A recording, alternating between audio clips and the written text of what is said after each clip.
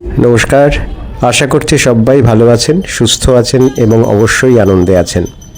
আনন্দে তো আজ থাকারই কথা, কারণ আজ মহাষ্টমী, বাসন্তী পুজোর মহাষ্টমী। সেই সঙ্গে সঙ্গে আজ অন্নপূর্ণা পুজো। পুজো দেখার জন্য আমি লেককালীবাড়িতে পৌঁছেছিলাম, তখন 2টো বেজে গেছে। বাড়ির পুজো শেষ করে তারপরে পৌঁছলাম লেককালীবাড়িতে। সেখানে তখন সন্ধি পুজো চলছে। দেখেই বুঝতে পারছিলেন 108টি প্রদীপ জ্বালানো হয়েছে মায়ের সামনে। সেখানে দর্শন শেষ করে চলে এলাম অন্নপূর্ণা মণ্ডপে, কারণ আমার তখনও অঞ্জলি দেওয়া হয়নি। ঠিক করেছিলাম এবার অন্নপূর্ণা পুজোয় অঞ্জলি দেব, কারণ এখন তো আমার ওয়ার্ক ফ্রম হোম চলছে। অন্যান্যবার এই দিনে অফিস থাকে, সেই জন্য সেই সুযোগ বা সুবিধে যাই বলুন না কেন সেটা ঠিক নেওয়াটা সম্ভব হয় না। কিন্তু এইবার আর কোনো অসুবিধে নেই। অফিস থেকে ঘন্টা দুয়েকের ছুটি নিয়ে চলে এসেছিলাম লেককালীবাড়িতে। পৌঁছলাম মায়ের মন্দিরে, তখন অলরেডি অঞ্জলি হয়ে গেছে, কারণ আরতিও শেষ। তবুও সেইখানকার পুরোহিত মশাই বললেন যে ঠিক আছে, আপনারা এখন অঞ্জলি দিতে পারেন। বুবু মায়ের জন্য পুজো নিয়ে গেছিলো। সেই সঙ্গে সঙ্গে অন্নপূর্ণা পুজোর প্রধান উপকরণ হচ্ছে ভিক্ষান্ন, মহাদেবের জন্য ভিক্ষান্ন নিয়ে গেছিল। সেইগুলো দেওয়ার পর আমরা চলে এলাম আবার বাসন্তী পুজোর মণ্ডপে। সেখানে তখন পুষ্পাঞ্জলি চলছে। আমরা এবার আর পুষ্পাঞ্জলি দিইনি, কারণ আমাদের আজ ভোগ ডিস্ট্রিবিউশন করার কথা, বুঝতে পারছিলাম না সেটা কখন শুরু হবে। আমরা তাই সামনে দাঁড়িয়ে পুজোই দেখছিলাম। কিছুক্ষণের মধ্যেই শুরু হলো ভোগ ডিস্ট্রিবিউশন। প্রথমে পায়েসে দিয়ে শুরু হলো।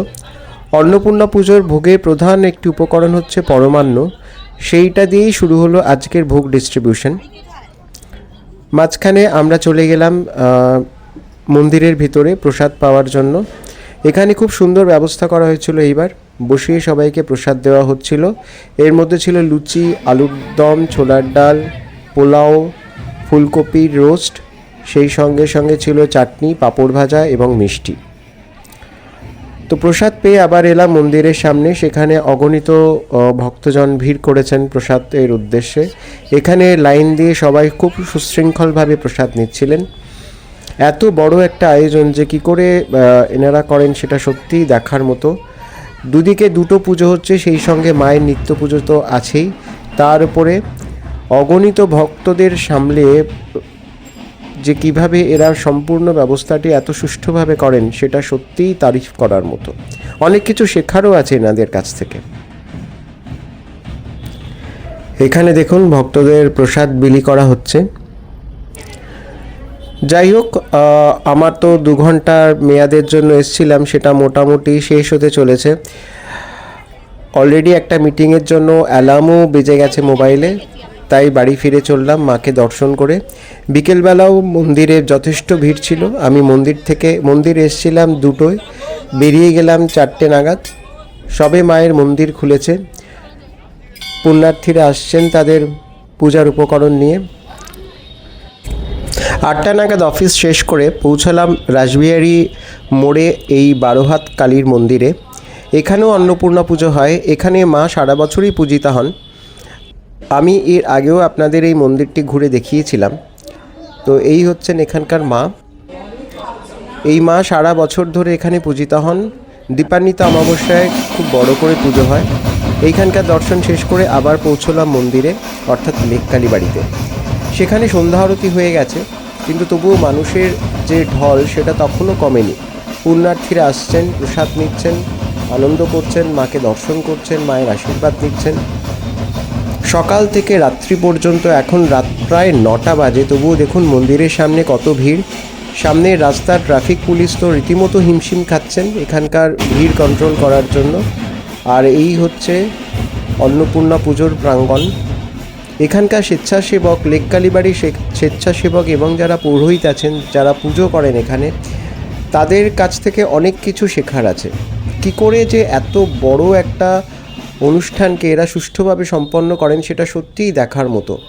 3 জায়গায় 3টে পুজো চলছে। এখানে চলছে মা অন্নপূর্ণার পুজো, মন্দিরের সামনে যে ছোট্ট উঠোনটি আছে সেখানে চলছে বাসন্তী পুজো, এবং মন্দিরে চলছে মার নিত্য পুজো। এতজন পুণ্যার্থীকে, এত অসংখ্য পুণ্যার্থীকে এরা সারা দিন ধরে তাদের সমস্ত আবদার মিটিয়ে মায়ের আশীর্বাদ বিলি করে চলেছেন।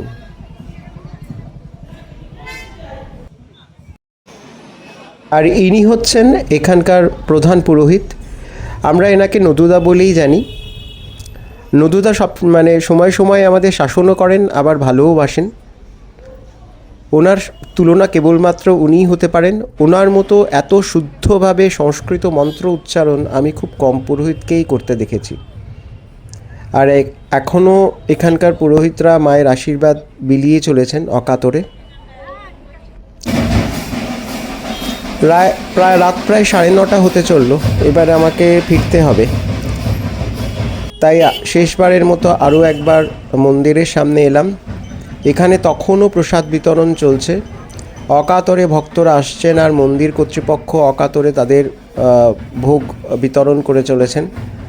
এবং শুধুমাত্র তাই নয়, এই মন্দিরের প্রধান যিনি সেবায়িত, আমাদের পরমারাধ্য গুরুদেব, তিনিও নিজে দাঁড়িয়ে থেকে সমস্ত ব্যাপারটা তদারকি করছেন।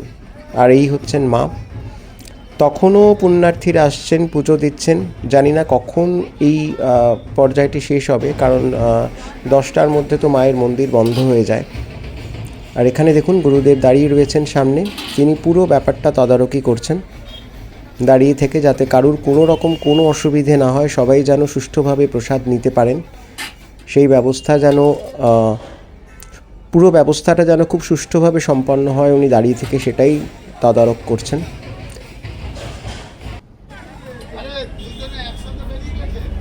চলুন তাহলে আজ বাড়ি ফেরা যাক। আশা করি সবাই ভালো থাকবেন, সুস্থ থাকবেন।